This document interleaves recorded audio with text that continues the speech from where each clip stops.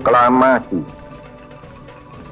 Kami, bangsa Indonesia, dengan ini menyatakan kemerdekaan Indonesia. Hal-hal yang mengenai pemindahan kekuasaan dan lain-lain diselenggarakan dengan cara saksama dan dalam tempo yang sesingkat-singkatnya. Jakarta, 17 Agustus 1945, atas nama bangsa Indonesia, Soekarno, Hatta.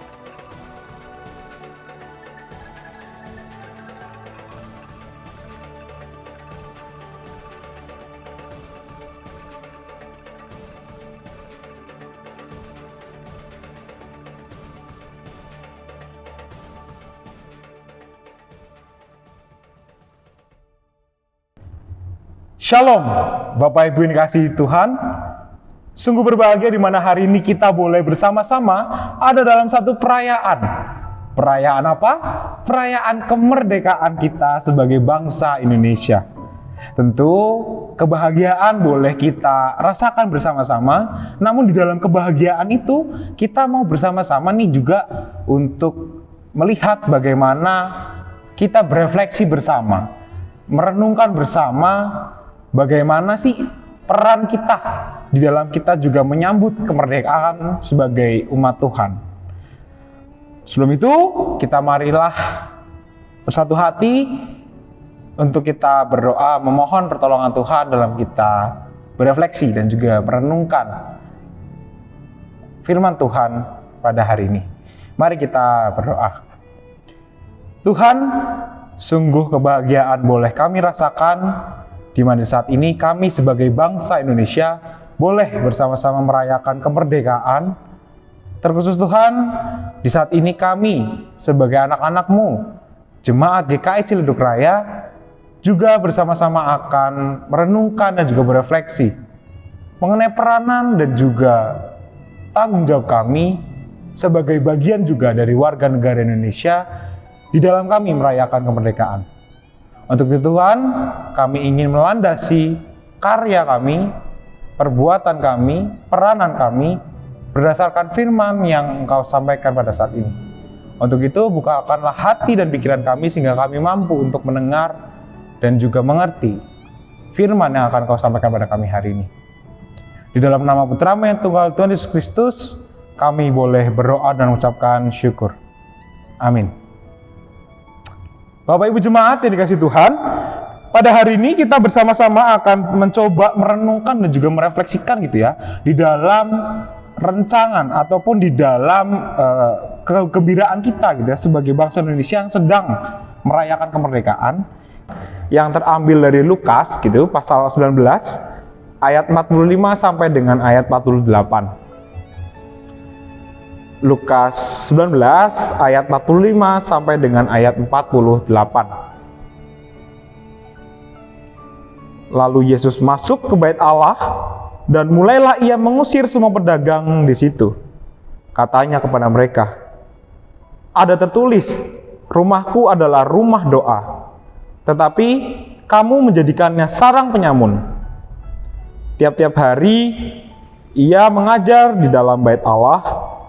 Imam-imam kepala dan ahli Taurat serta orang-orang terkemuka dari bangsa Israel berusaha untuk membinasakan dia. Tetapi mereka tidak tahu bagaimana harus melakukannya. Sebab seluruh rakyat terpikat kepadanya dan ingin mendengarkan dia. Demikianlah firman Tuhan yang berbahagia setiap kita yang boleh membaca, mendengarkan, dan juga merenungkan firman Tuhan di dalam kehidupan kita. Haleluya. Oke Bapak Ibu, sekarang kita ini kan lagi berada dalam suatu perayaan kemerdekaan gitu ya. Maka dari itu kita hari ini bersama-sama akan mencoba melihat suatu tema gitu ya, yang mungkin akan juga berkaitan dengan bagaimana kita merayakan kemerdekaan. Temanya apa? Temanya adalah teguran yang memerdekakan. Kok bisa ya teguran itu memerdekakan gitu ya? Coba kita lihat dulu deh dalam kehidupan sosial kita. bahwa di dalam kehidupan sosial kita gitu ya, kita kan kalau di Warga Plus 62 gitu ya, kita kan melihat bagaimana orang-orang lain tuh sangat peduli sebenarnya terhadap kita gitu ya. Sehingga di dalam kehidupan sosial kita, orang-orang tuh suka kepo gitu ya sama kita. Suka kepo dan juga dalam tanda petik gitu ya, suka ibarat kata ingin ikut campur gitu ya dalam urusan pribadi kita. Contohnya masalah menikah gitu ya. Kan biasanya kalau anak-anak muda gitu yang baru bekerja ataupun baru lulus kuliah gitu ya, kan pasti akan ditanya gitu ya oleh keluarganya atau orang-orang sekitarnya, kapan nikah gitu ya. Sebenarnya kan kalau kita pikir gitu ya, menikah itu kan sebenarnya urusan yang sangat private dan pilihan yang sangat pribadi gitu ya. Tetapi kalau di dalam kehidupan di Indonesia gitu ya, kita melihat bagaimana menikah itu menjadi sesuatu yang juga diurusin gitu ya, dalam tanda kutip, direcokin gitu ya oleh orang-orang sekitarnya gitu ya. Jadi di dalam kehidupan kita melihat bagaimana bangsa Indonesia itu hidup dalam suatu dimensi sosial yang sangat besar. Untuk itu di dalam kehidupan yang sangat besar dimensi sosialnya ini, kita juga kerap kali menemukan teguran, Bapak Ibu. Nah, teguran kalau kita mau melihat, teguran itu ada dua tipe gitu ya. Kalau menurut saya gitu, dalam hemat saya teguran itu ada dua tipe. Teguran yang pertama adalah tegur yang bersifat basa-basi. Untuk itu kita mengenal istilah tegur sapa gitu ya Bapak Ibu ya. Atau teguran kedua adalah teguran yang berupa nasihat dan kritik.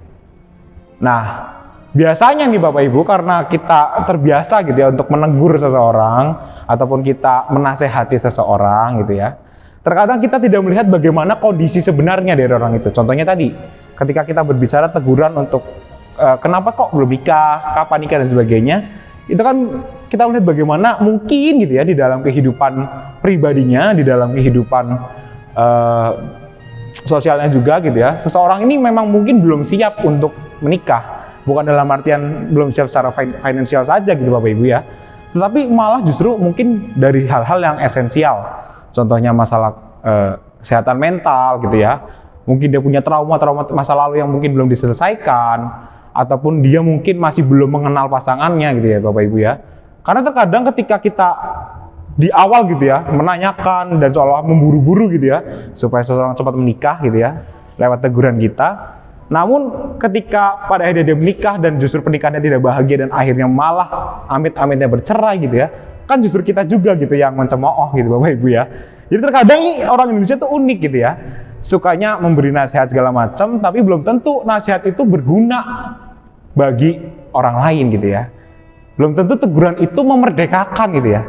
Untuk itu kita mau belajar dari firman Tuhan yang tadi kita telah baca dari Lukas 19, bagaimana sih teguran yang memerdekakan itu? Kita mau melihat dari teladan Yesus. Bahwa di dalam teks kita dijelaskan di ayat 45, bahwa Yesus masuk ke bait Allah dan mulailah ia mengusir semua pedagang di situ. Nah, tentu kalau kita cuma membaca sekilas gitu Bapak Ibu ya, kita akan melihat, oh berarti teladannya adalah kita nggak boleh jualan di gereja gitu ya. Bukan begitu Bapak Ibu.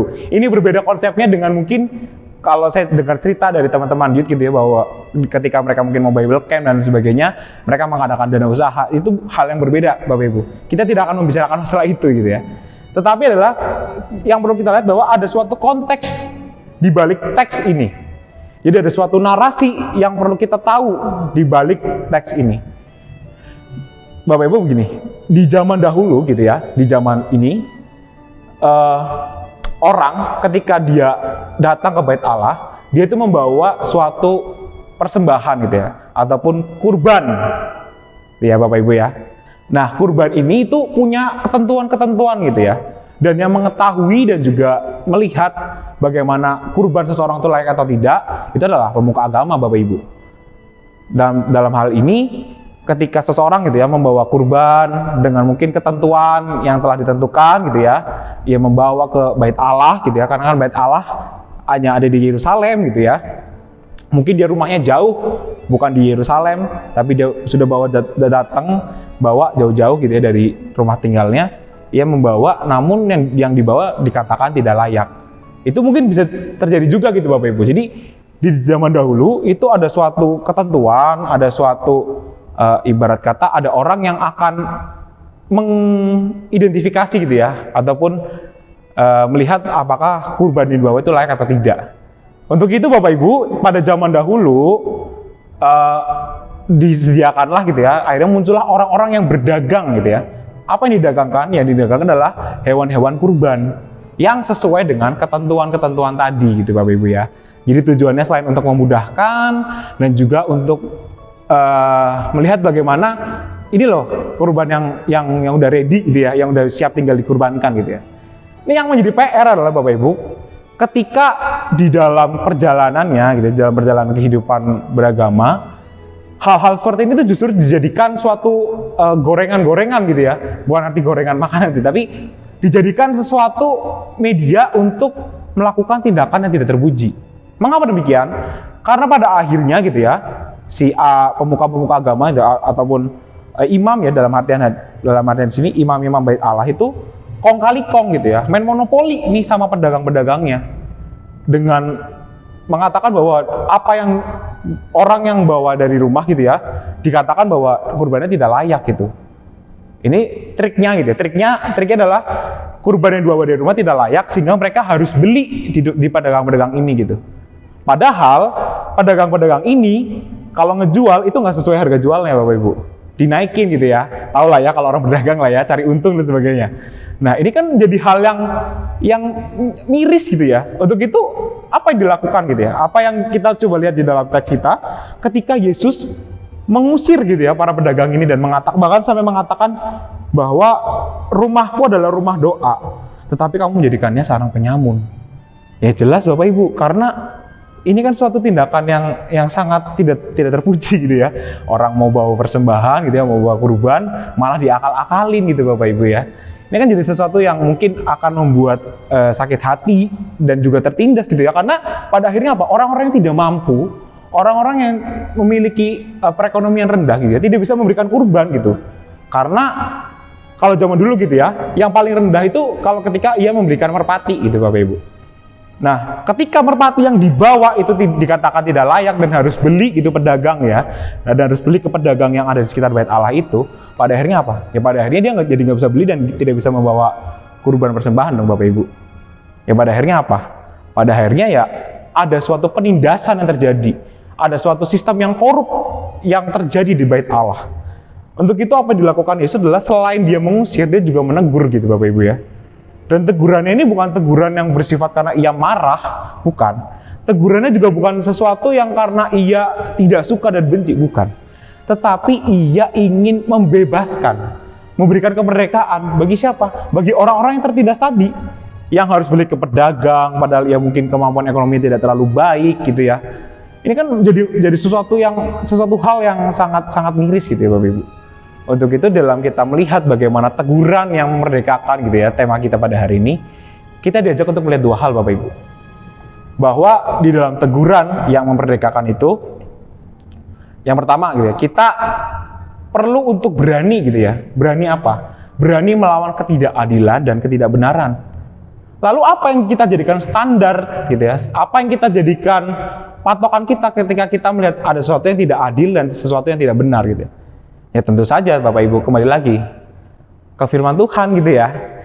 Jadi kalau kita melihat bagaimana firman Tuhan gitu ya menjadi dasar kehidupan kita melihat bagaimana firman Tuhan itu nggak selalu berbicara masalah relasi ke atas saja gitu Bapak Ibu, tapi juga relasi dengan sesama. Untuk itu kemanusiaan Bapak Ibu, humanity itu bisa menjadi salah satu patokan kita dalam kita melihat adanya ketidakadilan dan juga ketidakbenaran.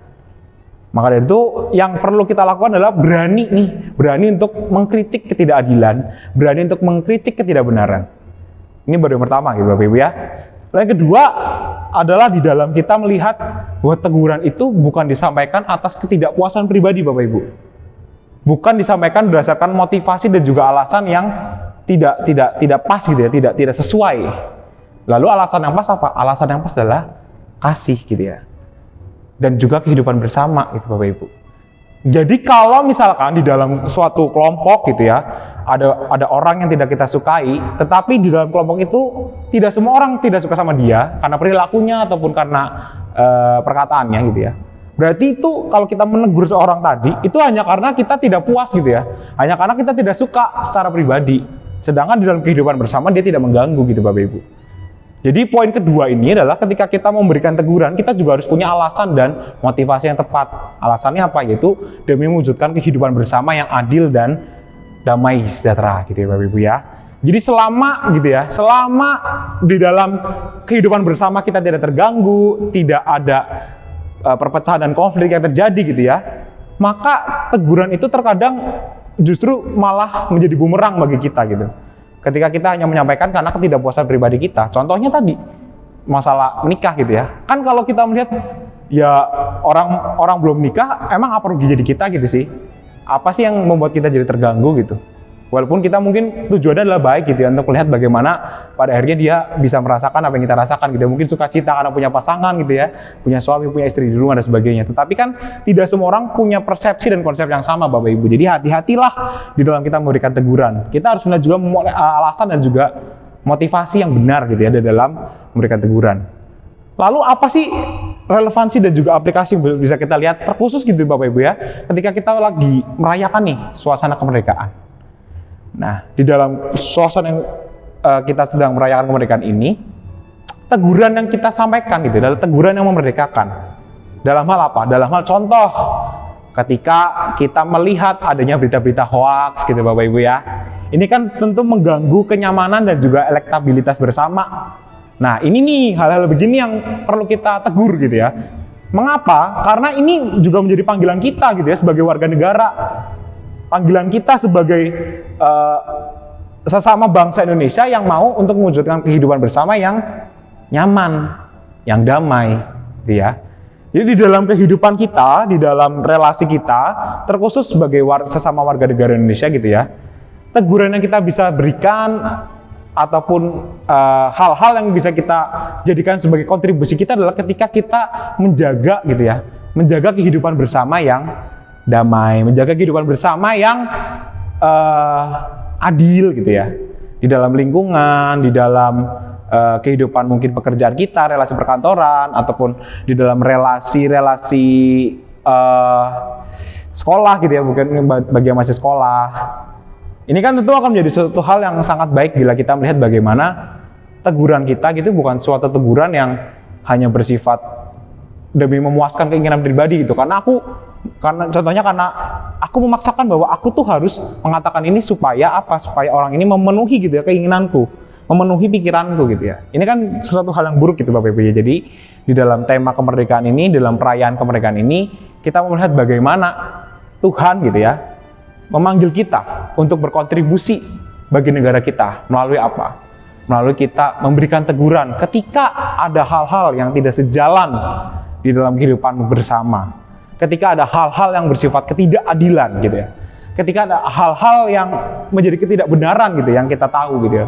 Karena kan kalau kita melihat perjalanan bangsa kita gitu ya, kita tahu sendiri lah ya, dan bahkan menjadi beberapa rahasia umum bahwa kehidupan bernegara kita itu tidak selalu baik gitu ya. Dari yang struktur pemerintahan paling atas gitu ya, sampai yang paling bawah gitu ya. Kita melihat banyak hal-hal buruk yang mungkin terjadi. Dan tugas dan panggilan kita apa? Tugas dan panggilan kita adalah untuk memberikan teguran gitu ya, memberikan saran gitu Bapak Ibu ya. Tetapi caranya bagaimana? Caranya adalah dengan kita menunjukkannya di dalam relasi dan kehidupan kita yang paling kecil. Contohnya di dalam lingkungan RT kita gitu ya. Di dalam lingkungan keluarga kita gitu ya. Ini kan tentu akan menjadi suatu teladan yang pada akhirnya akan menjadi suatu kebaikan bagi kehidupan bersama. Dan di dalam kemerdekaan ini kita juga diingatkan bagaimana kalau kita boleh merasakan kemerdekaan gitu ya, kita juga perlu mewujudkan kemerdekaan bagi orang lain gitu Bapak Ibu ya. Jadi jangan sampai teguran kita justru tidak membuat orang lain merdeka. Kiranya di dalam suasana kemerdekaan ini kita boleh sama-sama memerdekakan gitu ya. Sebagai sesama warga negara Indonesia, sebagai sesama anak-anak Tuhan, dan juga sebagai sesama manusia. Kiranya Tuhan menolong kita. Amin. Saat teduh bagi kita.